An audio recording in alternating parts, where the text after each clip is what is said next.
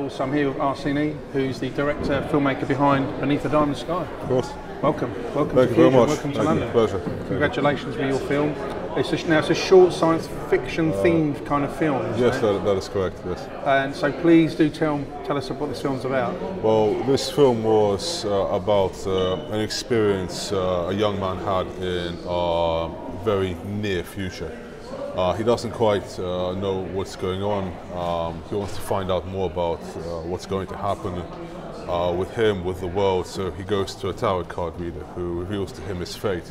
Yeah, I remember that part. He yeah. doesn't, necessarily quite agree. Yeah. He thinks this is, voodoo. It's made up. But he sees an old friend in a dream who actually confirms the prophecy, and then he wakes up, walks outside, and sees what the seer told him, the star disappearing from the sky. So it came true in the end, but it happens in quite a short period of time. And why I know you've had different graphics. You've really got the graphics tight now, haven't you? Yeah. Why the name? Oh, this was a lyric from a Bob Dylan song. Is it? Which one? Tambourine Man. Oh, I can't remember that in there. Oh, right, okay. There's the music, well, obviously copyright. I didn't use Bob Dylan's music. No, because it cost a fortune, yeah. I used someone else's, but yes, to dance beneath the diamond sky with one arm waving free, silhouetted by the sea, circled by the circus sounds, with all memory and fate buried deep beneath the waves. Okay. Let me forget about today until tomorrow. I thought that was quite a good and of course, summary. I suppose the references to the sky as well. Yeah, the sky as well, yeah. So the stars twinkling at the end. So I'm guessing you're a bit of a science fiction fan. Yes, I am. Of course. So where did this, what's the background to this? Well, how did you get involved in this? In science fiction, basically I read a lot of Russian sci-fi, the Strugatsky brothers, and it describes things like, a post-war LSD psychosis, where people don't really know what's going on and everything slows down scientifically. Well, okay. We don't really understand, but people still have relationships, still go and do things. This sounds a bit like Philip K. Dick or something like that. Yeah, he's very good. So this was quite a serious experience, and I thought was a way of kind of depicting that in today's society now. Show how, for reasons unknown, some forces are changing the world, but very quickly and immediately, if you see what I mean. Yeah, no, of course I do. And I'm a big fan of Philip K. Dick, so I kind of understand the vibe because I've read a lot of his work. Yeah. I mean, I don't know the writers you're alluding to, but I know Philip K. Dick very well, and that kind of ethereal disengagement from it sort of strikes a chord with me, And when you read the original versions of things like Blade Runner or Man in High Castle, and the list is endless, I know, then it's very, how can I put this, disassociating. It's very strange. Oh, yes. Makes you look at, am I living it? Is this the reality? I mean, I don't know. Of course, is this the reality now? I really like that. I mean, what especially resonated with me is the post-war thing, where events in time don't happen consecutively. Yeah. So we could have the ending a short time from now, but the thing itself later. You see what I mean? So the order is, non-temporal. And thematically, that kind of science fiction you're alluding to, I'm guessing it's a stupid question, of course, but I'm guessing that's the kind of theme that you wanted to pull into the filmmaking with this. Definitely, yeah. This association, a change in subjective perception of one individual, social normality being preserved and then overturned. So this whole slow degeneration effect, I definitely wanted that.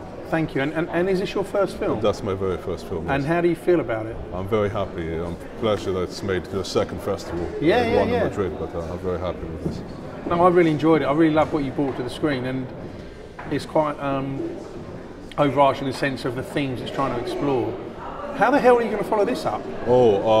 Maybe more science fiction. I thought of going back earlier in time, say to the Roman Empire. Oh my gosh, so it's like, the trouble with all that, this sounds like money, that's the problem, isn't it? It costs money, . It costs money, because anything whenever you want to do something that involves historic, and then it's all cost, isn't it? I understand, yeah. And is that seriously what you're thinking about doing? Yeah, I thought about making a science fiction trilogy about how the Roman Empire became an interstellar empire. No way. And the only one. Seriously? Yeah, just that was enough. So where are you in the planning of it? I know we should talk about this, but it's intriguing. I've sketched out all 3 films on paper, especially the first one called Caesar's Sky.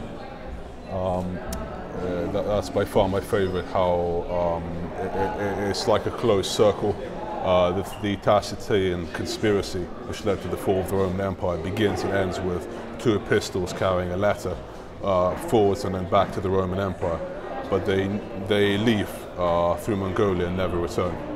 Throughout the whole film, they just move out, nothing ever happens, and you end up with just a sky with not even birds. So you know the High Flying Birds album? Yeah. There aren't any at all. In fact, they later and early in our film fly past the burning cenotaph. But there are none at all in the last shot. The sky just stretches on forever. So tell me, how do you... I mean, obviously you're an avid reader, I get that. And I would say sort of high science fiction, high fantasy science fiction, high, world building kind of science fiction maybe, but how do you go from that to making a film? Because that's quite a leap, isn't it? Oh, of course. Well, this was very significant in terms of the process for this, because we did this from start to finish in one go. So, as in wrote the film in 2 or 3 weeks, planned it in the next week, and then filmed it in the next 2 or 3. So I know the entire process back to front, including the producing stage. So you've done the editing as well? Editing, yes. I edited the conversation scene, which is the very centre of the film in the dream. Yeah, and are you talking about the sequence with the fortune teller? Is that the sequence? Yeah, the fortune teller. The one just after the pub, and then the one when they're in the amphitheatre. That was entirely mine. But I did the editing, the post-production, everything from start to finish. And this is a difficult question to ask, because I don't know you obviously very well. But we've met, I know. But has filmmaking changed your outlook on life? Oh. I guess so. Because often it's referred to as being quite an addiction.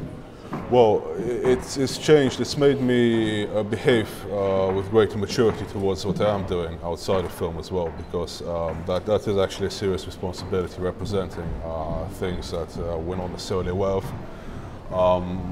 I think it's changed it positively in terms of, for example, my planning abilities and my general attitude towards things. So, I mean, I'm not as careless outside film as I was before. How fascinating, because now you know what the process is. You know. And was it, because I've asked this question to lots of people, and so I always like the answer to this. The process of making a film, was it more difficult than you'd imagined? It was more difficult than I imagined. A lot more difficult? A lot more difficult, but nothing went wrong at all. I was very happy. And when you saw your film on screen for the first time with other people, not alone, what's going through your mind, what's going through your heart and your stomach? I just couldn't believe other people were looking at this as well from outside the production team. I thought it was very important. I was very happy with how that went. I was lucky that we were able to show it, because there were problems with the digitization in the very last minute. Loads of things could have gone wrong, but they didn't. And the thing is, the translation from a script to an actual film is quite radical, isn't it? Because I know you're going to make it, but of course that translation of doing it from... I'll give you an example. Someone once said to me, right, it's raining. It took me 2 seconds. They said, well, you now go and film that. Because of course you've got to have rain or water machines, you've got to hire a camera crew, you've got to make sure the setting's right. So the point I'm trying to make is writing to the projection screen. It's huge, isn't it? It's huge. We had to have approval. We were doing this in line with previous shorter projects, and we had already had enough experience in terms of layout and procedure. So I couldn't really write something that would go into the end product without it being thoroughly, looked over. Vetted, you have to be absolutely vetted. Not in terms of content, but manageability. Well done. So I was very happy with that. Well done, Arseny. It was lovely to meet you. Thank you very much. Pleasure. Okay. Cool, gifted guy, yeah? Yeah, thank you. Take care.